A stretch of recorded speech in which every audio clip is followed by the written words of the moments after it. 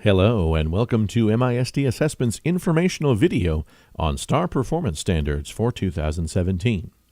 This video is presented by the Mansfield ISD Department of Research, Assessment, and Accountability and is designed for anyone interested in learning more about the newly adopted STAAR performance descriptors taking effect beginning this spring.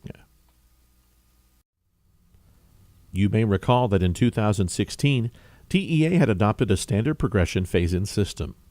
This system retained the performance descriptors Level 1, Level 2, and Level 3 from previous years. Level 1 was considered unsatisfactory.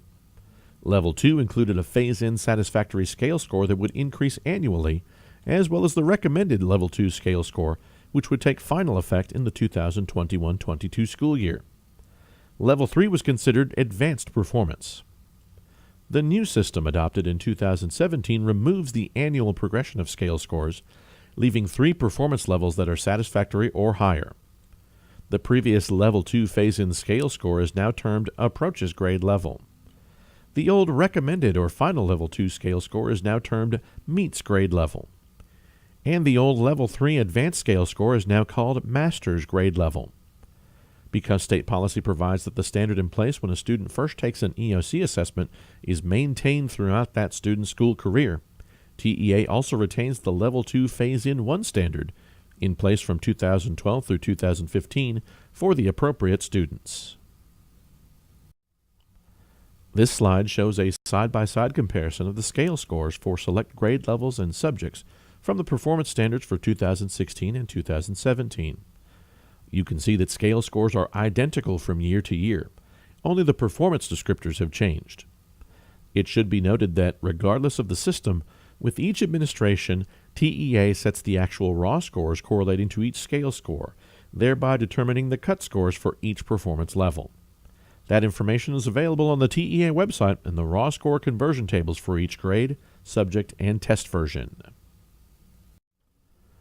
This slide outlines the basic changes in terminology, where the Level 1, 2, and 3 descriptors are replaced with the new descriptors. The most basic question that often comes to mind is, what's the passing score? And this table notes that any scale score meeting the Approaches Grade Level standard or higher is considered passing.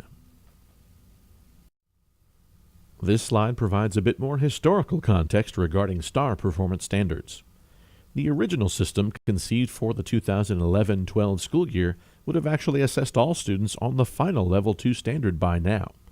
But the system was revised in 2014, 2016, and again in 2017, as the Commissioner of Education sought out the most efficient approach.